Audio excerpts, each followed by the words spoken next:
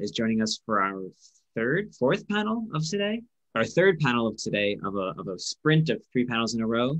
We'll have another panel later today, which will be, I'll introduce then, but just a reminder to everyone, please join us for that panel at 3, and then again on Monday for our last day. And without further ado, I'll hand it over to Professor Selznick to moderate this panel. All right, thanks Jonah, thanks everybody. Hello and welcome. Thanks everyone who has joined us today. We're really excited to have this panel and to speak with you all. I know it's a busy time of year, a busy time of a lot going on in the world. So we really also just want to thank you for taking the time out of your day to join us, to learn with us, and to be here in conversation with us. So I'm Dr. Ben Selznick. I'm an assistant professor of strategic leadership with a focus on post-secondary leadership at James Madison University. And I'm gonna let the panelists introduce themselves. This panel, to make sure you're in the right place, especially even this still happens in Zoom rooms. This panel is really kind of on transformative approaches to education with a focus, and why I've convened my friends and colleagues here today, with a focus on higher education and with some understanding too about like lifelong learning and these types of things. So why don't we start? I'm just gonna go across my screen. Why don't we start with Tricia? Hi, good morning or good afternoon, depending on your time zone. My name is Tricia Seifert, and I'm an associate professor in the Adult and Higher Education program at Montana State University. Okay, and we'll go to Seán. Hey everyone, and good evening from Ireland. So there's another time zone that's involved here. I'm beaming in from the west of Ireland right now. I work with Ben. I'm an associate professor. I'm in the School of Writing, Rhetoric and Technical Communication at James Madison University. And I'm also an instructor and designer at JMUX Labs, which is an innovation space on the JMU campus. Great, and Claire? Good hello. I am Claire Robbins. I use she, her pronouns. I am coming to you from Blacksburg, Virginia today, where it looks like something out of a Bob Ross painting with all the snow on the trees. I'm an associate professor at Virginia Tech in the School of Education and our higher education program. Fantastic, fantastic. Well, I have some questions, and we'll just kind of get started with it. So try to spin it to one person, but certainly we can start a conversation from there. So Seán, I wanted to start with you, especially given some of the work we've done together on social innovation, which I think really speaks to some of these kind of social vision ideas. I just want to jump right in on that, and I'll note kind of as a guiding quote from the book, from Social Vision, that as part of his vision, right, the Rebbe, envisions a reciprocal society, which I know is something you've thought a lot about, but a reciprocal society in which each individual is empowered to achieve true happiness through making a meaningful contribution to the welfare of others. And it's pretty big and powerful statement. So, I'd love to hear kind of you speak further about, how have you worked with this idea, and kind of how have you maybe realized some of these ideas of social innovation in your work with college students? Yeah, sure. And beyond, but especially starting with college students. Yeah. Well, I kind of come out of a community engagement background. So the idea of reciprocity is already a very big idea there, that it's not just about doing projects for, but it's actually working with community partners, and that sense of like continued dialogue and kind of co-creation of projects.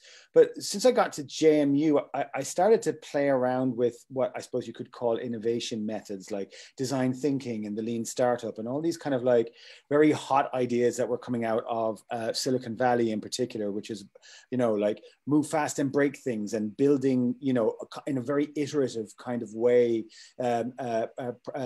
building products that you're building alongside or with the customer, that they're constantly testing different iterations of things.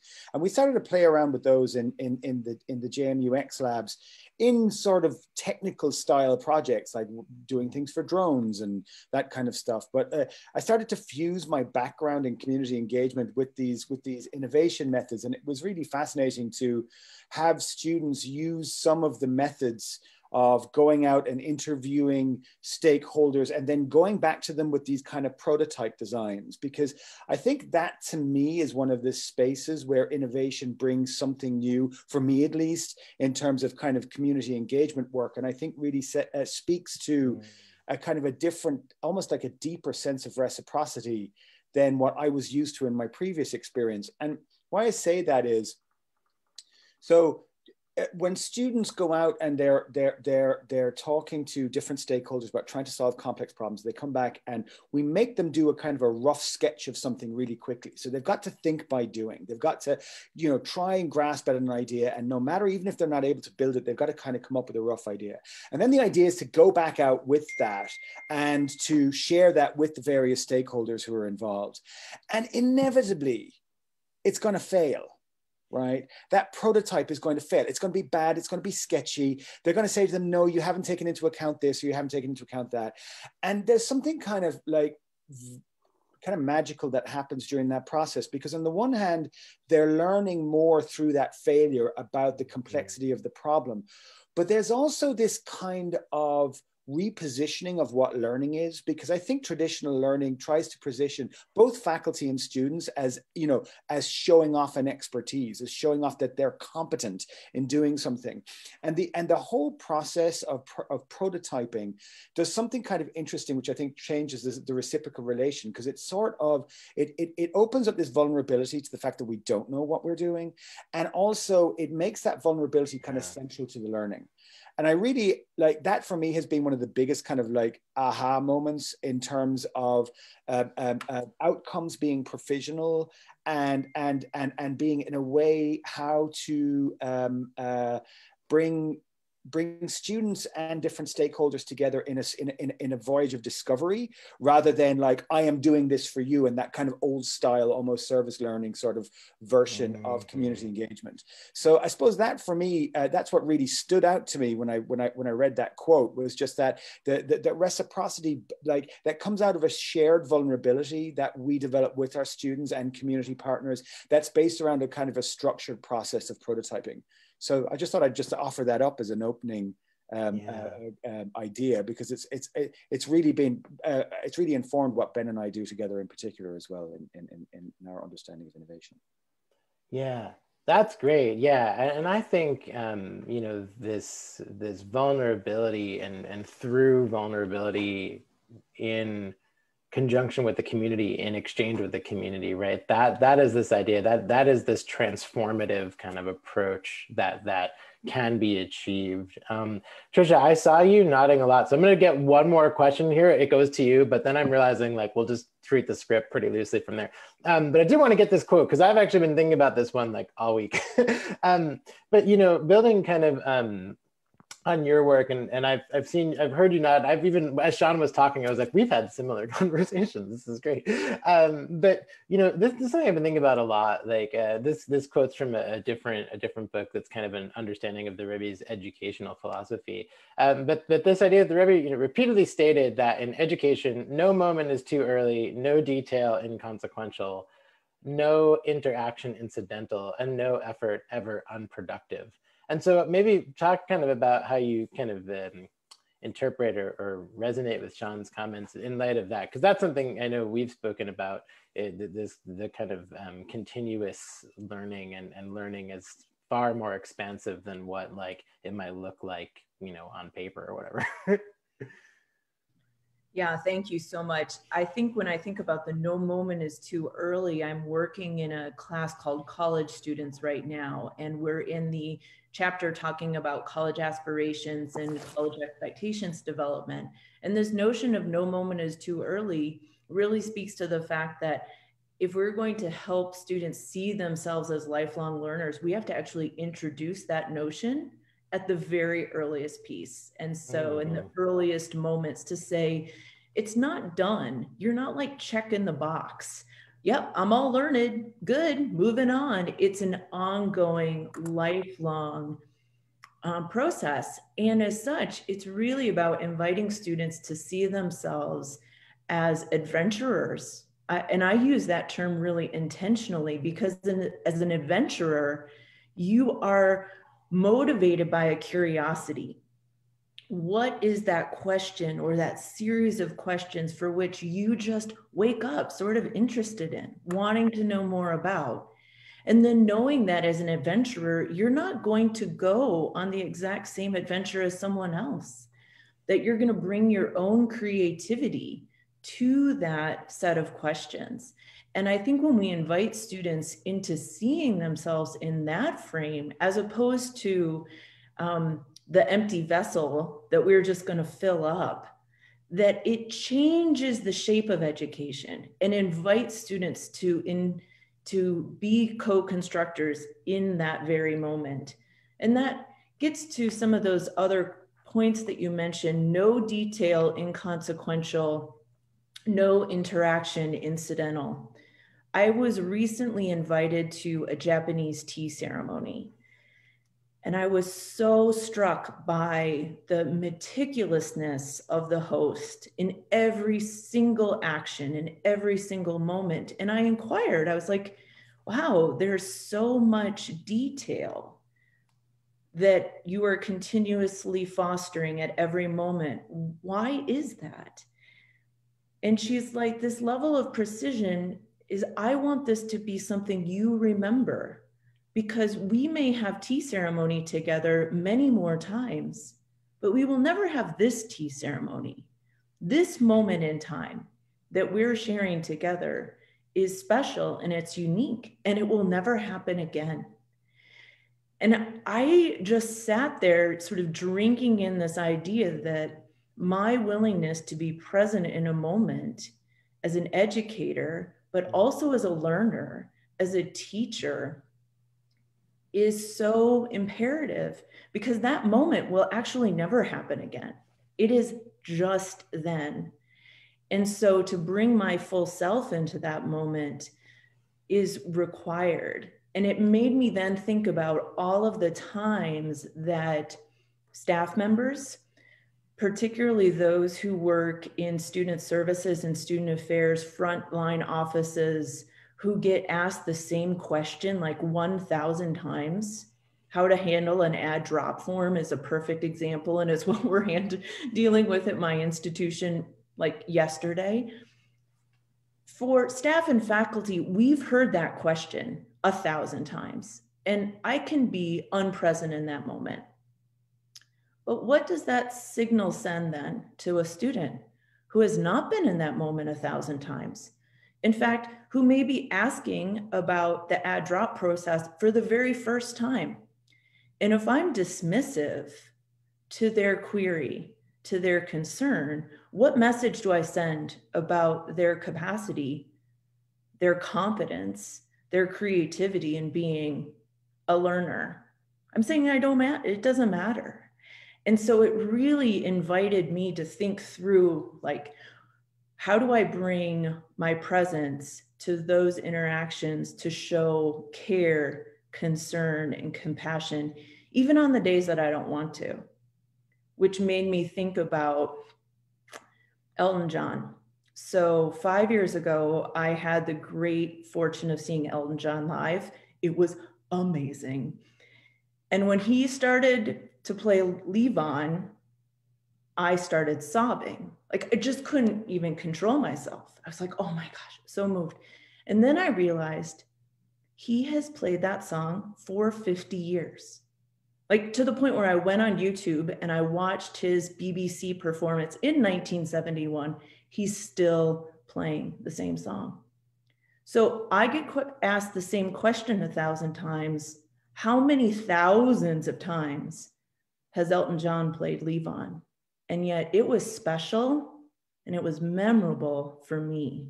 So how do we, as educators, as teachers, as learners, realize that no detail is inconsequential, that no interaction is incidental? And it made me then also, like, all of these threads, right? The good company.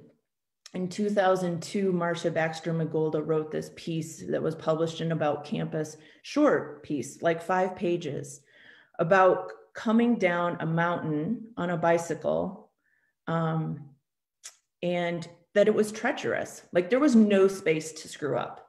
because you would fall off the side, and that could be really detrimental. And so she talked about the cyclist guide who could not ride the bike for her. He could not pedal her down.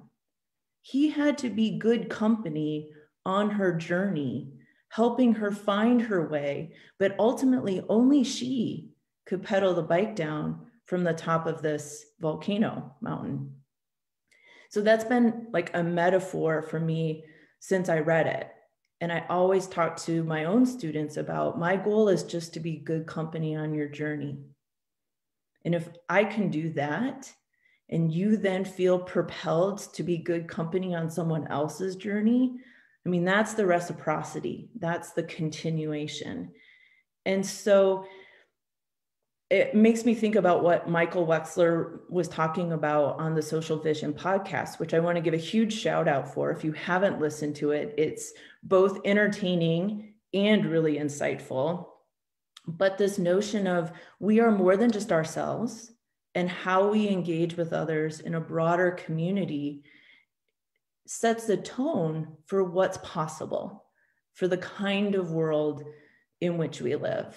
And so recently, Peter Felton and Leo Lambert wrote this book, came out through Johns Hopkins Press, called Relationship Rich Education.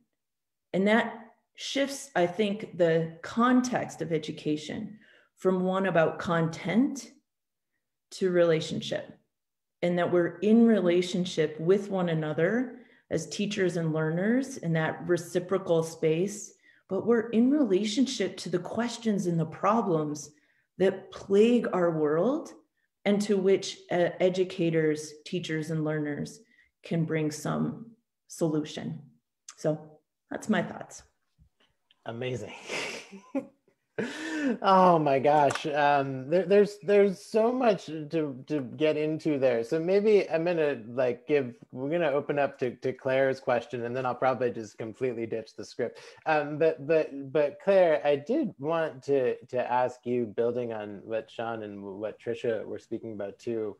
You know, I guess the way I frame it now is, how do we kind of take this maybe more orientation toward reciprocity and relationships, and this kind of real attention and presence and understanding that small interactions, small maybe to the educator, can be big for the student, that type of language, and move it into, you know, something maybe immediately or long term, you know, that can be more socially transformative, right? So the other quote is this idea from Social Vision again, you know, that education, right, can have this role of kind of weaving a stronger social fabric that's less likely to be eroded, you know, whether from within, from without, you know, but this idea that these little moments can kind of stitch together to become something larger and more transformative. So I wanted to open that up to you, and then from there, feel free to just we can have a conversation, because there's so much to talk about. So yeah.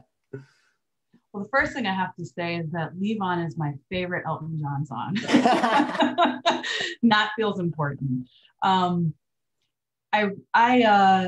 appreciated this quotation and this idea that that Solomon also talked about, that educators need the pervasive belief that every good purpose will be successfully achieved. The only question being whether sooner or later. And that really, I think, goes back to what Tricia was talking about around being present in the moment.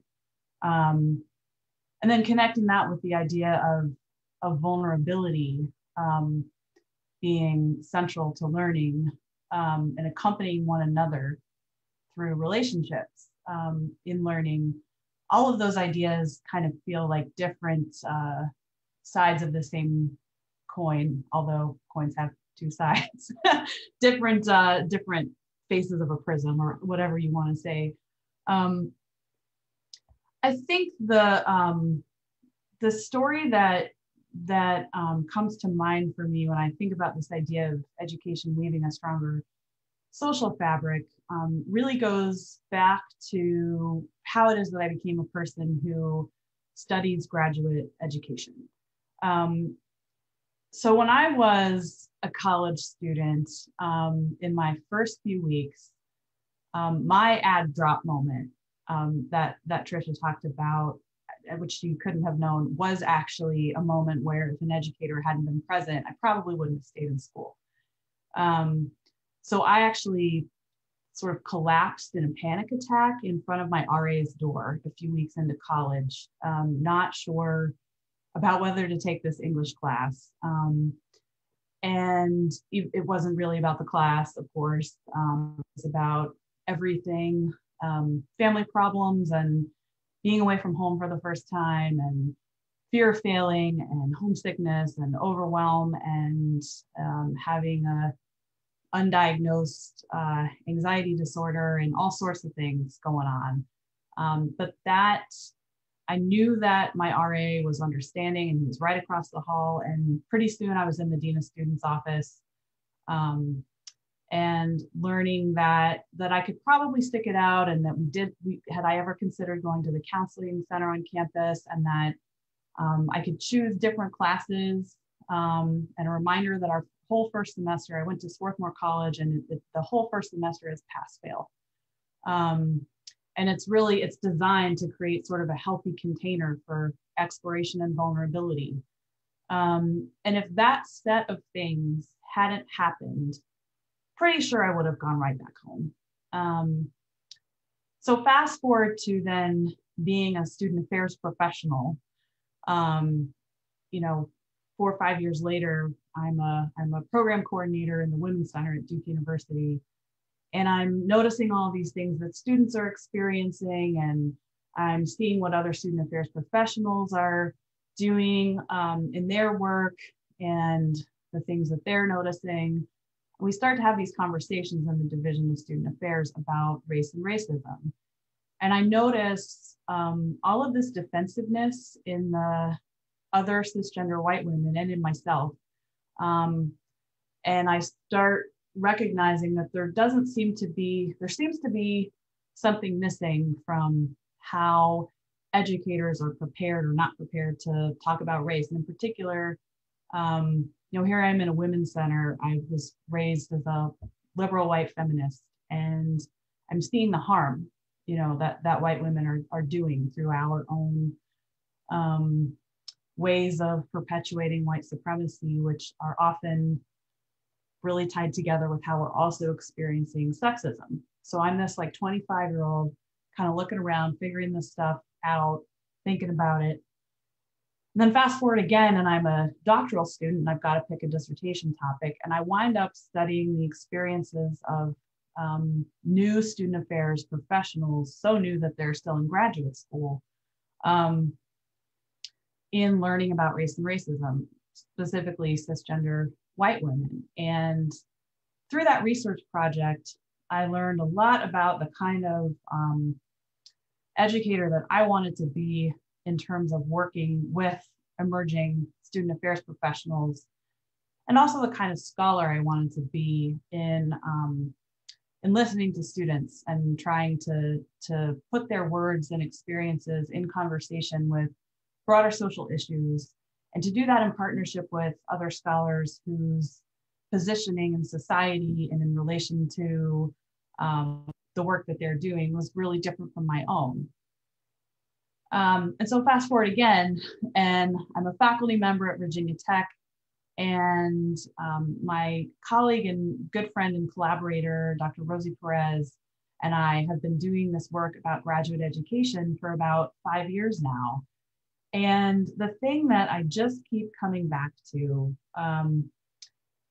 particularly from our project where we looked at how graduate students are socialized to notions of equity, diversity, and inclusion in their graduate training.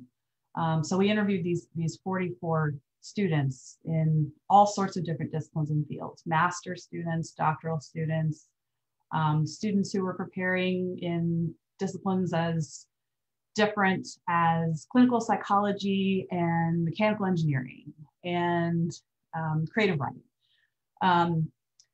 How they were learning about these notions and what they were learning about themselves along the way.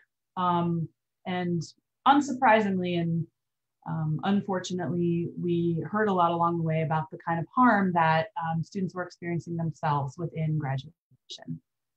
And so I think the thing that I keep coming back to in that work and looking back at all the experiences, going back to collapsing in front of my RA's door, is that we have to be present with everything that we have as educators all the time.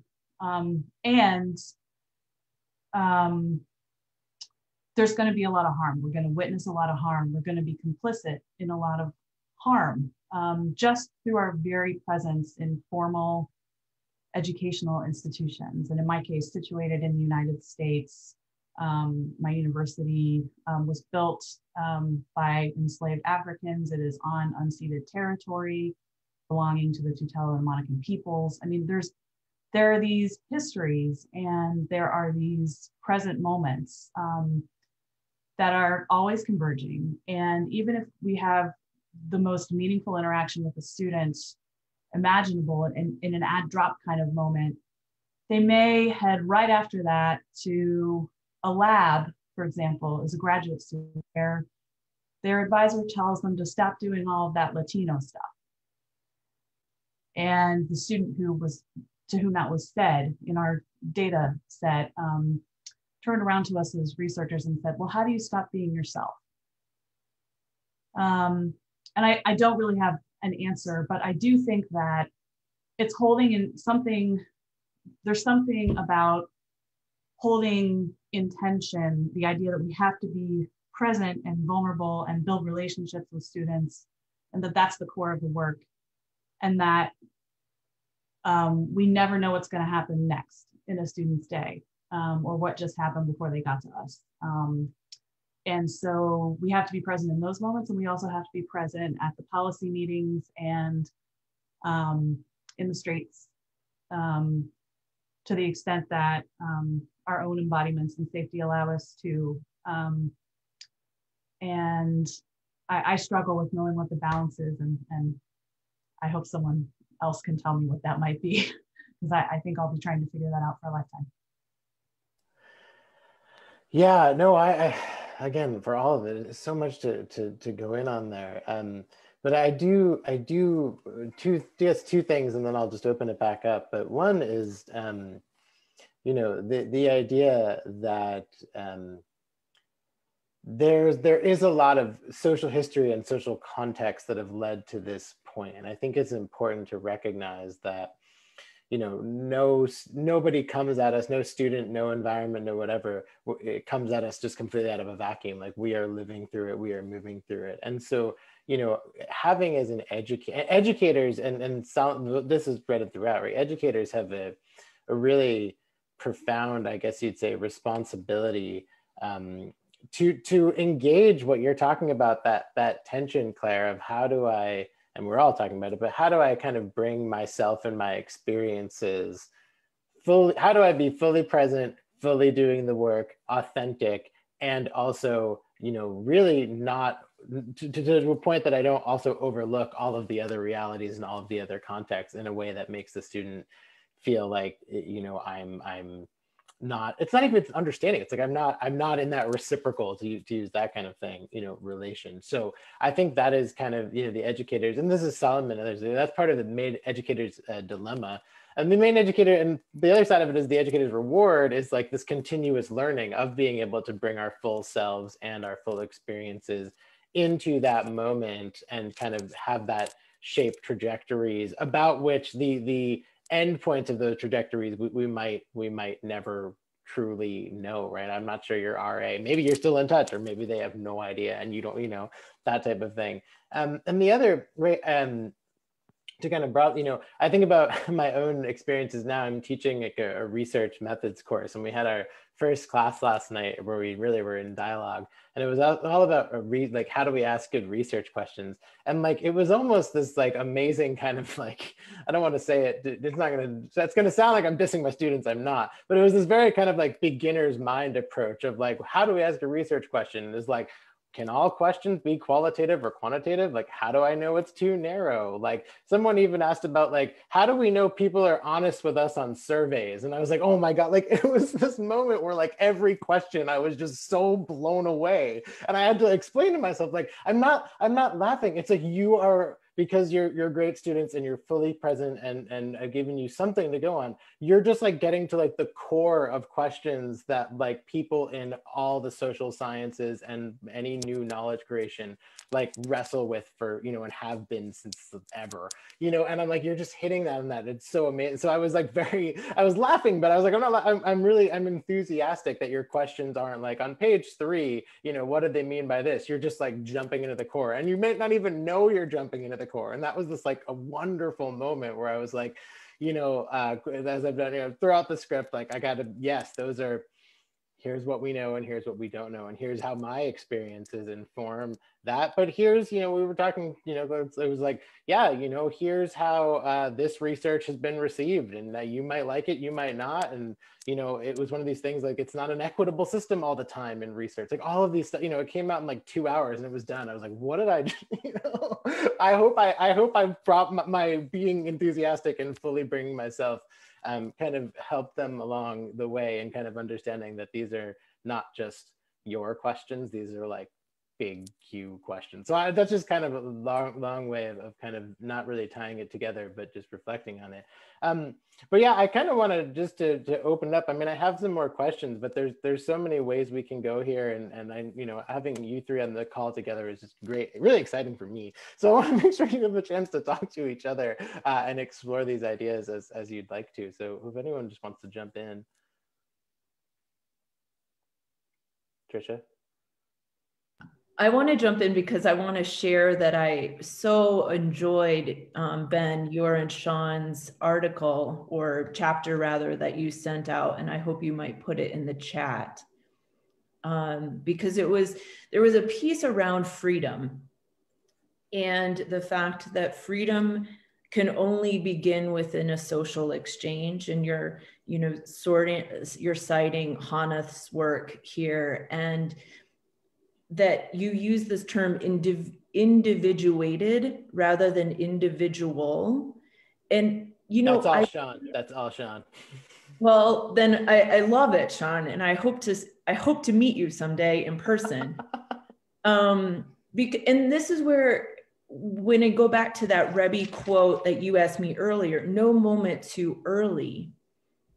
What if we envision an educational space where educators shared with students at the moment when they are so tiny, when they're in preschool, and they're learning that freedom is actually in an individuated space, that it begins with social exchange, that learning is actually teachers and students, that it's our interaction together, that it's in that social space that we move forward and advance.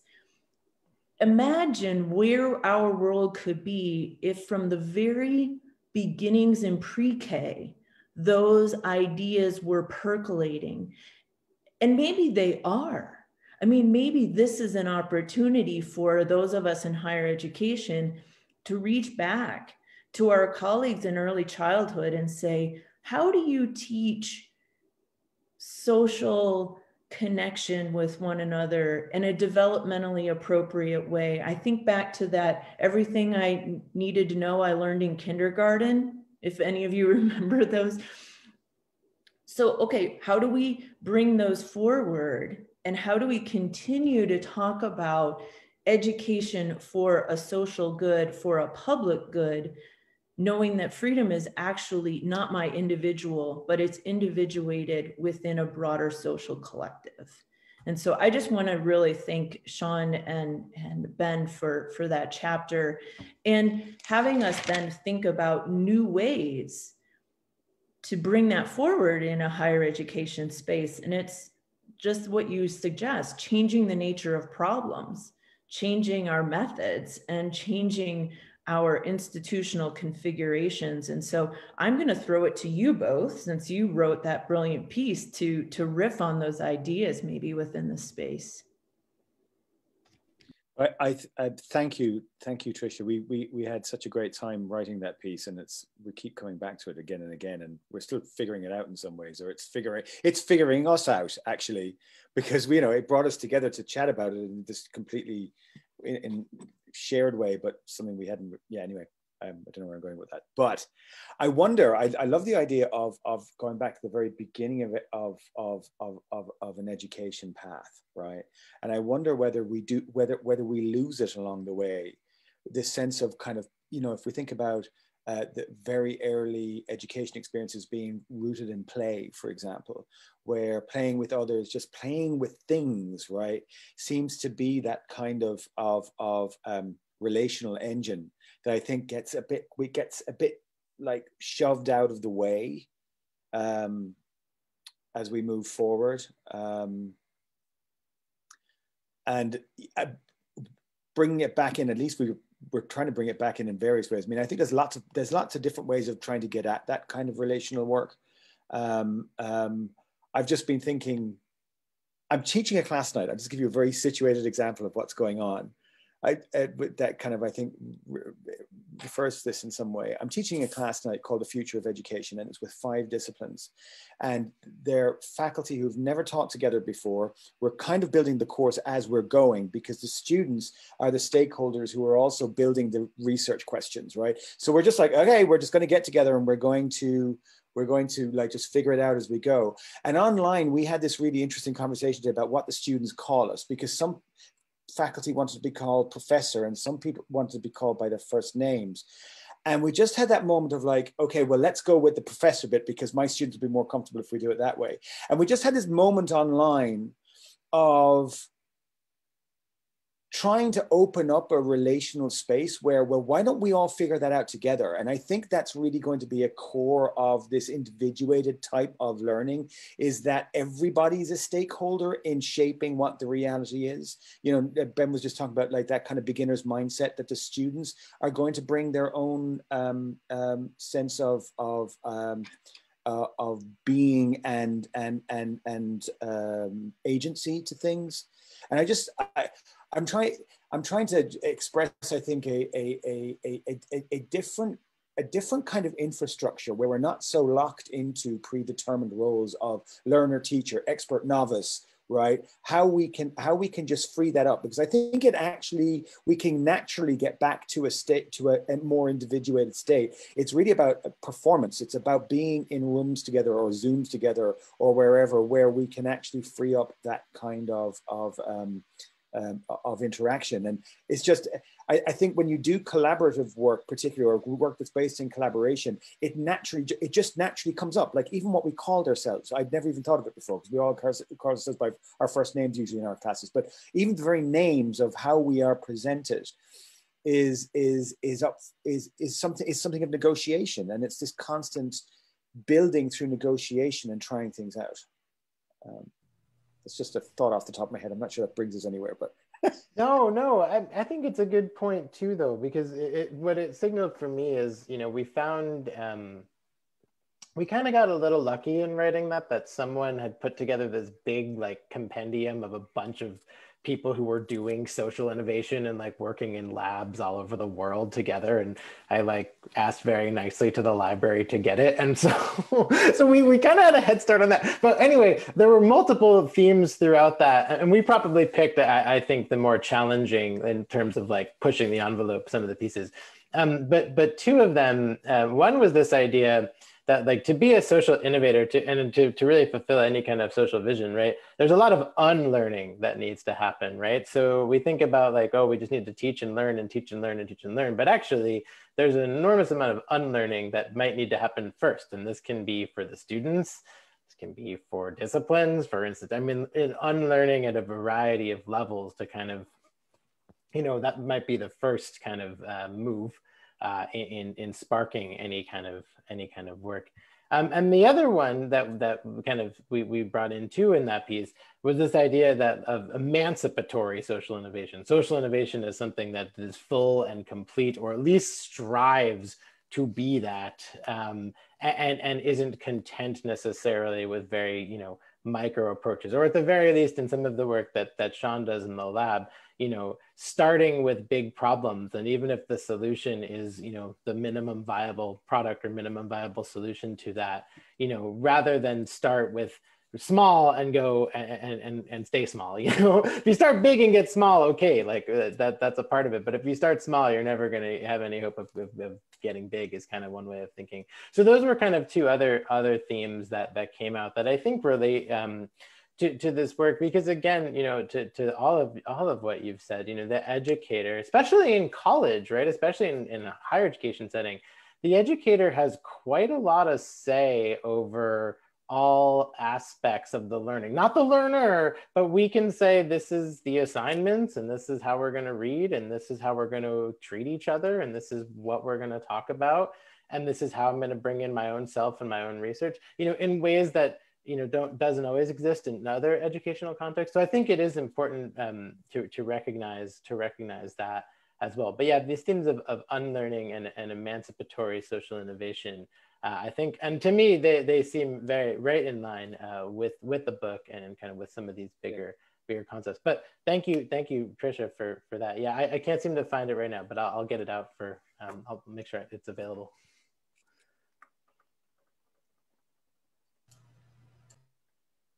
Claire?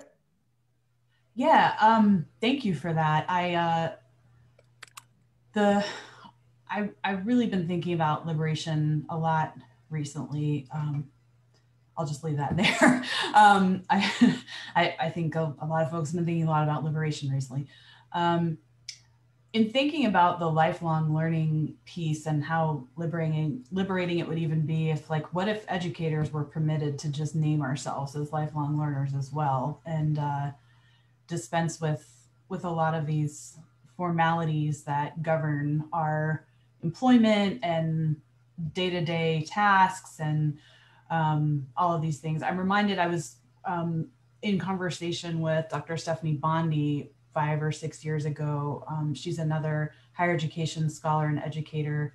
And she was leading a group of us in some social justice related conversations. And she was talking about how, we always want to work on our, transformative kind of social justice approaches, but we always have all these things to do that get in the way, and how much the things to do and the transformative stuff seem to be pitted against each other, when clearly it's the things we're doing that could be the fueling the transformation, right? So as you all were talking just now, I was thinking about my sister-in-law. So I'm going to brag on her for a minute. She is a elementary level Montessori art teacher, and I think she's got to be the best educator I've ever seen. I mean, what she does in an art classroom, first of all, over Zoom right now for the past year, but I mean, pre-Zoom and post-Zoom, what happens in spaces with her, it's just very hard to describe. She uses an approach that's called teaching for artistic behavior. And if you Google teaching for artistic behavior or tab art, you'll find some things about that approach. And it's going to be familiar to anyone in the higher ed world who has been oriented to these ideas of design thinking and sort of studio thinking and those kinds of ideas, but especially like design thinking for learning, which isn't only a higher education thing at all, but for folks that are coming at it from that perspective, that will be something that we recognize. And in this approach, like, it starts with the teacher giving a demonstration, and the students can either then use that skill or they can file it away for later. Then they work on their own projects. There are the most incredible features of the learning environment, like the way that the space is set up, the way that students kind of earn access to the ability to use different things in the space. They kind of can, like, it's like achievement unlocked. It's sort of gamified, which makes me actually think of some of Tricia's work. But it's it's also very real in the sense that they can see and touch and notice how it's for their safety and for the well-being of others and the materials in the space. Like, no, you can't use the big scissors because there are things you need to be able to do with your hands first. And we haven't been able to accomplish that together yet. So when we can accomplish that together, then that's when you can use the next scissors. And so all those kinds of things are in place, and there are all these norms, but it's just this workshop that it's this beautiful environment where folks know what the parameters are for what the different spaces are that they can access. So from every moment is like so beautifully detailed, like the tea ceremony, you know, but it also is so individuated in the sense that each kid can really, they know why they're doing what they're doing because they're the ones who decided what they're going to do. And they're all just working toward a portfolio of art that demonstrates they know how to engage in artistic behavior, which is the purpose of the teaching. So letting go of the outcome. And at the end of the year and several times during the year, there are these art shows and the kids choose their art and it's curated. So like literally the kindergartners, their own art, have to explain why it's the best work that they wanted to show. My sister-in-law features these things on Instagram. You can follow her at Wilson Montessori. It's in Houston, Texas. And I think there's so many cross conversations we need to have across disciplines, across levels. And remember that educators are likely at our best when we're playful too. So like if we're all kind of in a sandbox together, figuring out what's possible with these ideas and knowing that the why is about building the kind of community, engaging in the kind of behavior that we think builds a stronger world, that social fabric, right? Like we can all kind of let go of the outcomes together and just take a breath. I can't say enough about my sister-in-law and teaching for artistic behavior, which I really probably shouldn't be talking about on a panel because I don't know very much about it, but I think it's the coolest thing in the world. You expressed that really well. Thank you for that. I think it's great. So I see we have a question from Michael Wexler. So I'm not exactly sure how we do it, but I guess if he wants to, here, Michael, why don't you just type in your question? I think so. I think that should do it. Okay. All right. So yeah, I'm new to the kind of moderating of Q&A via Zoom. I did do my first breakout rooms last night, and it really went pretty well. So Michael wants to thank you, Tricia, for the shout out to the podcast. Yeah, and I would also recommend the podcast. I understand, for some of you, this might be questions and topics you've engaged for many years in many other forums, and for some of you, this might be kind of a new adventure. So yeah, the podcast is really phenomenal. And actually, I think what's nice too, maybe to kind of keep it going here, is this idea that we do have many more modalities maybe than we used to for fostering discussion and exchange. I mean, like I had a moment the other day where I was thinking about something for a fall, maybe some kind of conference or something. And I was like, we should maybe try to get that in before Zoom conferences go away. Like, not that I'm like, yay, Zoom conferences, but I'm like, the thought of like bringing all of you folks together in a physical space would have required a lot. And now we're able to do it. And this is another modality. I do hope some of this is preserved, or at least this becomes an option, because I feel like I've had many more of these types of panel. I have another one coming up with it's again across the country. Someone's like, beaming in from Denver, and so but maybe that idea too of this kind of multimodality approach, which I think is kind of exciting, and it does challenge us. I mean, I feel like kind of and Seán can talk too, but like, design thinking, these kind of artistic principles, these kind of creative principles, to me, like they do allow you to have fun and bring your whole self. Like I just think of last night, my wife was like, it sounds like you had like the best class in there. I was like, well, they just kept asking me these like, $1 zillion questions that I had like no answer to. And I was just like, okay, that's that's really exciting to me, and it's really fun because it's like, okay, they're really ready to like, they want to do this. So I think that is an important thing to recognize too, is that we can be creative. It can be a lot to learn, technological wise. And I know, Tricia, you've done work in this kind of space as well, but I do think this idea of like multimodal might catch people in different times in different ways and unexpected opportunities to engage conversations. So in addition to the shout out to the podcast, maybe thinking about that as well. Oh wait, now, oh, okay. So the question that Michael had, does the spiritual have a place in the future of education, in the classroom, outside of the classroom, or should it be taught, or should it be inferred? What do you think? So the place of kind of the spiritual, I'll keep that in his words. How does that factor into what we teach, who we are, how we do what we do? I know you've all thought about this in different ways. Tricia? I would love to take this question because— You got it. I would love for you to take this question. Well, when we look at the prism of diversity, the dimensions that form any one of us, our belief structure and our perspective is one of those dimensions. And when we look back over the ages, and I mean the eons and the epochs, we have seen that religious strife and war has been at the center of so much devastation and destruction. And so not to acknowledge that worldview is an absolutely imperative part of who we are as people denies our wholeness, denies who we are as fulsome human beings. And so I think it has to be taught.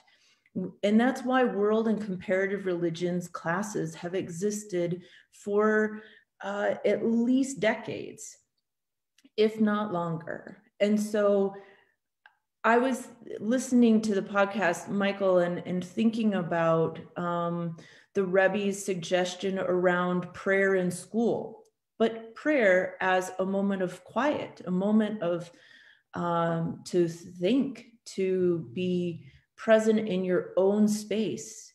And for some, that might be praying to a higher power. For others, that may be just taught to be breathing in and out and focusing and centering.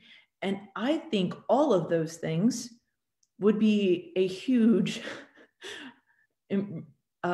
benefit to both breathing, thinking, and being present for other people's beings and understanding from which they come. And so I think, yes, should it be part of our future? I think if we're going to really be about an inclusive and diverse society, it must be. Yeah, I mean, to add to that, I think another way of framing it is it's going to be, right? Like it's going to be whether educators in college or not choose to acknowledge it. And so understanding that it's going to be present on the landscape, how can, for our purposes today, college especially, be a time to foster students' understanding. So in some of the research, we talk about this idea of students' self-authored worldview commitment, which is a fancy way of saying, like, have students really thought through why they believe what they believe? And has college helped them really commit to it? So if you're looking at a survey and you check a religious or worldview identity, have you thought through in your own way, made your own meaning out of what it means when I check Jewish on that box, or none, or agnostic, or whatever it is you choose to check? So I think, yeah, and it's, to Michael, another way of it's going to be. And so the best thing I think educators can do is recognize that and seek opportunities to inclusively cultivate that in ways that are responsible, but also personal, right? Allow students to have that kind of journey of personal self-discovery in the spiritual dimension. And so, yeah, I think that's another way of addressing that.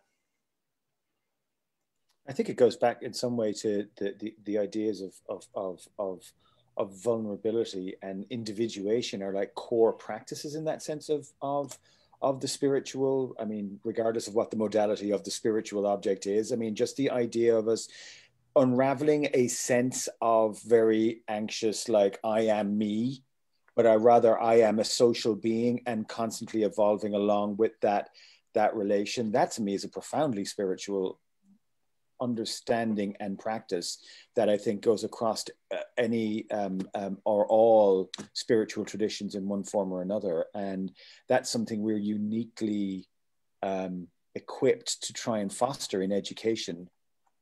In fact, I think we have an imperative to try and foster that in education, and that's where I see the spiritual and the educational really intertwining in a very profound way. Is that relational aspect, which I think is ultimately hugely spiritual. So we have one more question from Melissa, and it's she asked, isn't higher education and personal development a pathway to actualizing individual potential, which in turn elevates the social environment? Can't the why be the motivator that fuses spiritual growth and intellectual progress? I would love to attempt a response to that. Please. And I don't know what you mean by the why, Melissa. If you mean the why for the individual, like can an individual's why be the motivator that fuses spiritual growth and intellectual progress, which then elevates the social environment? Yes. Yeah. Oh, I see that. Yeah. Thank you. So I hope so. Yeah, right. the end to talk. I certainly hope so. I mean, I think I'd like for students to have the opportunity to self-determine, what it is that they want to call the learning and growth that they're doing. There are things that I might label as spiritual growth in a student that they might not wish to have described as spiritual. Ultimately, it doesn't matter much to me. What matters is the growth, and that it is not only an intellectual exercise, or that that there's something more expansive, there's something more embodied, something bigger than this kind of way that in Western societies that I've been connected to anyway, there's this like false dichotomy of mind and body and spirit, and for me, I have a lot of trouble distinguishing between them, but I do know when I see it, something that feels like it is just intellectual, if that makes sense. Like where's the embodiment of this idea? And if I think you're right, that if a student is connected to their sense of purpose in the learning, and if we can be good company for them as they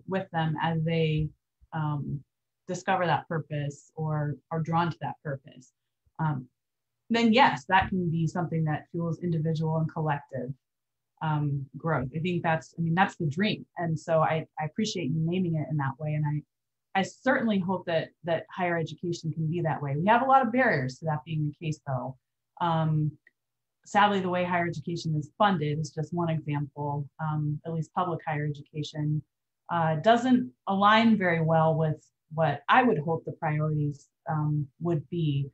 And that's just something we have to continue to grapple with, at least in the United States.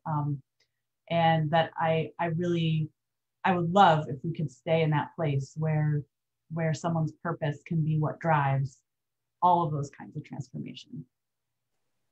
Absolutely. Well, I would love to talk to you all for hours longer. Unfortunately, we do have to end this panel. But I think this has given me at least a lot to think about, a lot to consider. I really enjoyed having all of you put together. It's always just nice to see people that you think would talk, and it's never a surprise when they just, you just step back and do it. So thank you, Seán and Tricia and Claire. Thanks everyone for coming today. Thanks Jonah, Jesse, and Philip and Michael and the team and Menachem for putting this all together. We really, really thank you again. And Jesse, I think with that, I'm going to turn it back over to you. So thanks so much, everyone. It was a great pleasure. Lovely to meet you all. Thank you so much. Thank you.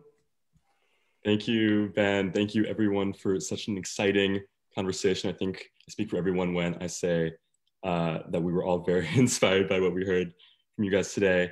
Now we're going to transition in just a minute to our final panel of the day, which is actually our keynote lecture or keynote address from Professor Elliot Wolfson.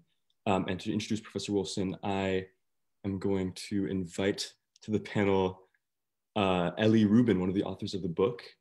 Ellie, are you with us? Maybe soon, hopefully in just a few minutes. Not yet. Oh yeah, excuse me, sorry about that. So we have an hour break, my mistake. So let's come back at 3 p.m. today when Ellie will join us, and I'll see you all then, my mistake. So I'll see you guys in an hour.